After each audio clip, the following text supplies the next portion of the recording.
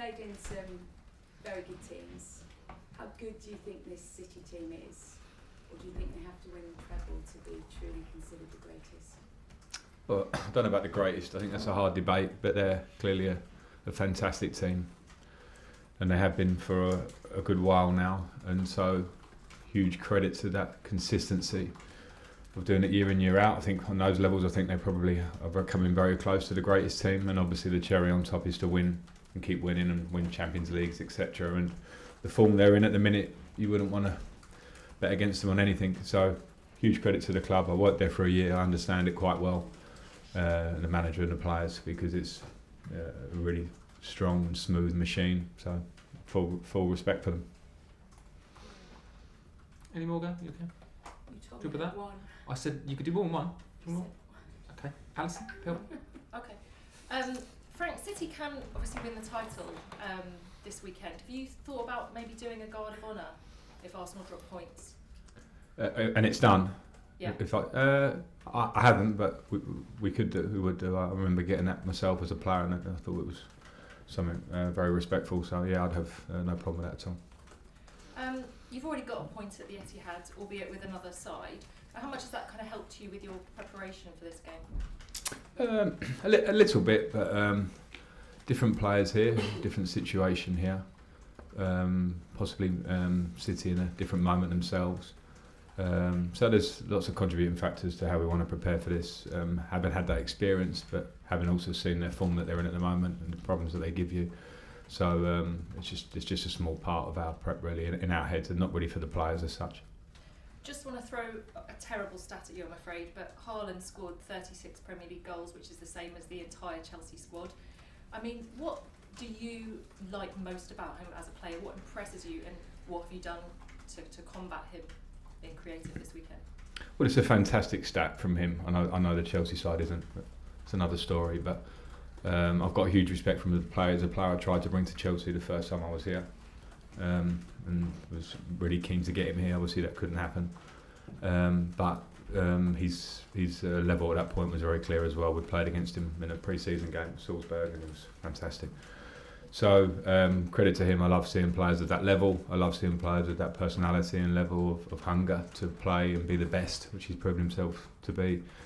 And in terms of having to deal with him, I think you have to have obviously a plan and an idea, but players of that level can make anything happen at any moment. So I'm sure the players have a good awareness of him, and you have to be at your best to try and negate the things he does. I just want to ask you something more personal. Some of the greatest managers always say that you learn the most about management in the hard times. What have you learned the most with this stint that you've been through that you feel will help you more in the future? I know there must be so many things, but is there something that stands out? I think some simple things more than big detail. I think to compete in the Premier League, you have to have big motivation, big training ethics, big standards at a club, or it's very difficult. And I kind of knew that anyway because I played it for a long time. But unless you have those things, the tactical detail and the edge at the back end will not matter, because no game plan ever works without intensity, and that's something that will always remain in football, and even more so as the game moves forward and gets faster. Moves, talk sport. Hi Frank, you well? Yeah, really well, thanks. You just mentioned there you tried to sign Haaland, and you obviously said about his stats this season. Can you think of a striker you played with who had a similar impact on the Premier League as him? Someone like maybe Drogba, I don't know. Yeah, I couldn't compare him to Didier because they're two different individuals in different moments at their clubs. And but of course, as a Chelsea person, Didier had that impact over a long period of time, and Haaland's just started out, and his impact has been more instant, and that's a big credit to him, because how he's managed to do that coming straight to the Premier League. Some people doubted that a little bit, and I think that he's proven that for starters. But Didier, over a really sustained period, did huge things for this club. I don't think it's a direct comparison, but they're both obviously great strikers. Mikel Arteta said to me this morning that City are arguably the best team in the world, which is a statement in itself. But are they good for English football if every year, and this will be the third year in a row they've won the title, fifth year in six, are they good for English football that every year they're so good? I don't think at this moment you can argue with that. I understand Mikel's saying in his words, but I think they are the best team in the world, and is it good for English football? Yeah, why not? Because I think you have to push the standards of the league, and others have to react to that. We have this incredible brand here where the league's improved year on year as far as I see it. The competitive nature of staying in the Premier League, making the top four, and Manchester City have set standards, and the rest of the league have to try and aspire to that. It's not easy because obviously they've done things very clinically in a really good way over a number of years. But I think if we all take away our rivalry feelings, if you are a rival of Man City, you can't be anything but impressed by the nature of their game, how they play, especially watching them the other night. It was fantastic to watch, so I don't think it's a bad thing at all. You mentioned they're setting standards. Are they a barometer for Chelsea going forward next season? You've got some outstanding players at this club, and I think the club's underachieved this year. Are they a barometer for Chelsea next season? I think it's hard to call them a direct barometer, because when you say set standards, that's like a sort of casual look at it. Standards have to start from the beginning. So for me, standards are every player that's in that squad is pushing to get into the team. So the players that play know that if they don't have intensity and don't run and don't do these things, the next man will come in and do it. And that's something to be worked on in terms of recruitment and how you build a squad and how you build a mentality. So if that's the barometer, then there's a lot of work to do for us here to try and get to that. And finally, you've had a spell here again now, which will end in the next couple of weeks. I know it's been tricky. I know the results haven't maybe gone the way you wanted to, but have you enjoyed it?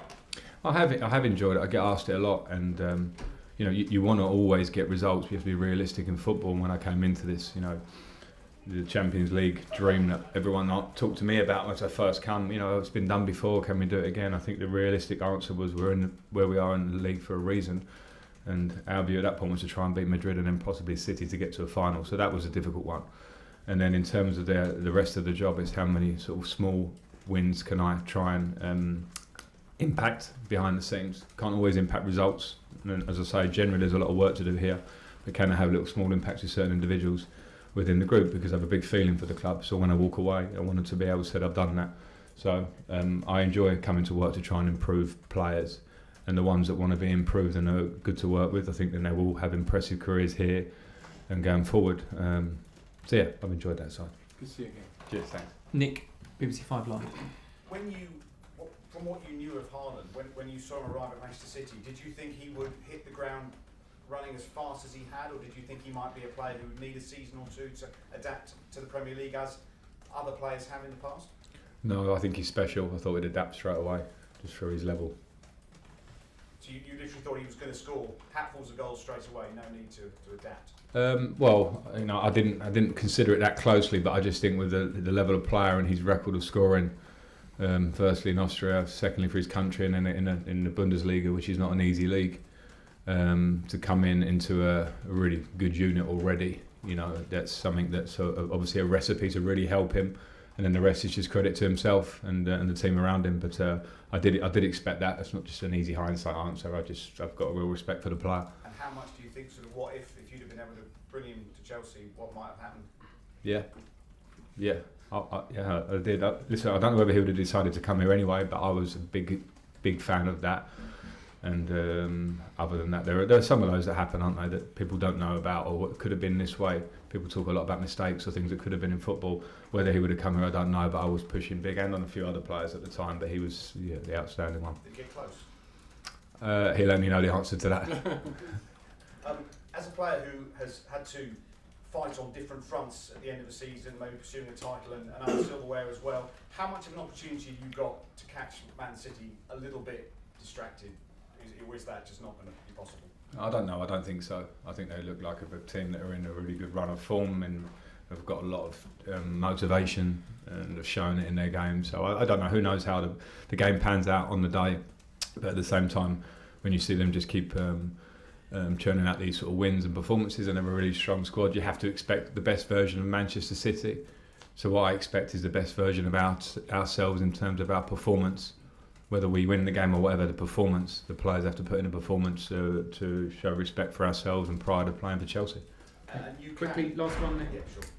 And you can influence the title race, can't you? You and your players. This is an opportunity to sort of be on the biggest stage again in the league, which has been a very difficult season, but you could really put the cat among the pigeons if you get a result. Yeah, I'm not interested in that personally. I think the players shouldn't be either. They should worry about them, the responsibility of themselves going and play, and that's the title race is the race for City and Arsenal. So from our part, I think there's no eyes on it from that way. Okay, last two in this section. Simon at the back, and James Ollie to finish. Simon. Hey Frank, it's a bit similar to what Nick just asked about how close it got. Did it get to the stage with Haaland that the clubs were talking about fees, were bids made or anything like that? And the second question was just any sort of players coming in, fitness-wise, any players ruled out? What stage did it get to? From our point, as I say, I was certainly pushing it. I'm not sure what the appetite was everywhere else in the club to do it. The competition was big to take him because of he was an outstanding player, and I think there was a buyout clause at the time, so which was relatively reasonable, maybe considering the player, and so all those things. I don't really know. I don't have enough detail, Simon, to say how close it was, as I say. So sort of by the by in a way, really. And then injury-wise, we're pretty much similar to where we have been recently in terms of Mason, Reece, Chile, N'Golo, Marco Corella, not fit.